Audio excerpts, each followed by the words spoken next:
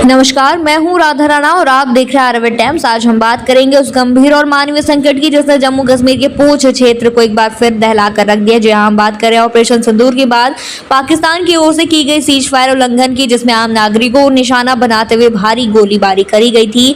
इस हिंसा में कई मासूम लोगों की जान गई है, दर्जनों घायल हुए और हजारों लोग अपने घर छोड़ने पर मजबूर हो गए हैं। इस बीच कांग्रेस नेता और लोकसभा में नेता प्रतिपक्ष राहुल गांधी ने पहुंचकर उन पीड़ित परिवारों से मुलाकात की जिन्होंने इस हमले में अपने सगे संबंधियों को खोया है। राहुल गांधी शनिवार सुबह पहुंचे और सबसे पहले उन इलाकों का दौरा किया जो सीधे पाकिस्तानी गोलीबारी की चपेट में आए थे। उन्होंने वहां एक स्कूल में जाकर बच्चों से मुलाकात की और उनका हौसला बढ़ाया। बच्चों से बात करते हुए राहुल गांधी ने कहा, आपने खतरा और भयावह स्थिति को झेला है, लेकिन चिंता मत करिए, जल्द ही हालात सामान्य हो जाएंगे। उन्होंने बच्चों से कहा कि इस कठिन समय में उन्हें शिक्षा और खेल से जोड़कर आगे बढ़ने की कोशिश करनी चाहिए। राहुल ने यह भी कहा कि दोस्त बनाइए, खेलिए, पढ़िए, यही इस संकट से निकलने का सबसे मजबूत रास्ता है। राहुल गांधी का यह मानवीय पहलू एक नेता की संवेदनशीलता को दर्शाता है। उन्होंने न सिर्फ हमलों में मारे गए लोगों के परिवारों से संवेदना व्यक्त की, बल्कि उनके दर्द को समझने की कोशिश भी की।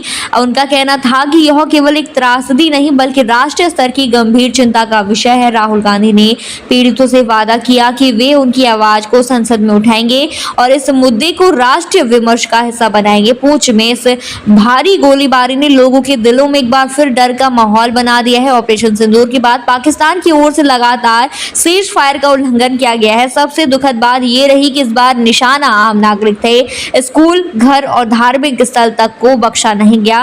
मोर्टार और गोलीबारी के चलते लोगों को रातों की नींद उड़ गई। बताया जा रहा है कि केवल 7 से 10 मई के बीच ही पूंछ में 13 मौतें हुई और 70 से अधिक लोग घायल हुए। स्थिति की गंभीरता का अंदाजा इसी से लगाया जा सकता है कि हजारों लोग एलओसी और अंतर्राष्ट्रीय सीमा से पलायन कर चुके हैं। ये लोग अब सरकारी राहत शिविरों में शरण लिए हुए हैं, जहां न जाने कब तक उनका भविष्य अनिश्चित बना रहेगा।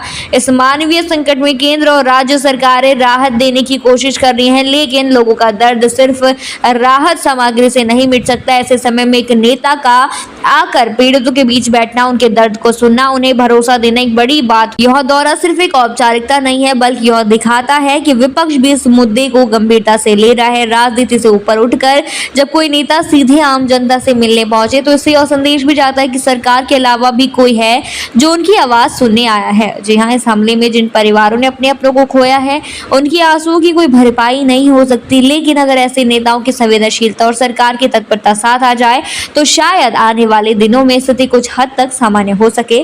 फिलहाल पाकिस्तान की ओर से की गई इस हरकत की अंतर्राष्ट्रीय स्तर पर भी आलोचना हो रही है। बार बार सीज फायर का उल्लंघन करना न सिर्फ भारत की संप्रभुता पर हमला है, बल्कि यह मानवाधिकारों का भी उल्लंघन है। राहुल गांधी का यह दौरा सिर्फ राजनीति नहीं बल्कि संदेश है शांति और मानवता का, और उम्मीद की जा रही है कि आने वाले दिनों में पूंछ के हालात सामान्य होंगे। बच्चे फिर से स्कूल जाएंगे, लोग अपने घर लौटेंगे और गलियों की जगह फिर से खुशियों की गूंज सुनाई देगी। आप क्या सोचते हैं इस पर हमें कमेंट सेक्शन में जरूर बताइए और बने रहिए आरएनएन टाइम्स के साथ ही चैनल को सब्सक्राइब करना न भूलें और हमारी फेसबुक और वेबसाइट के साथ भी जरूर जुड़े।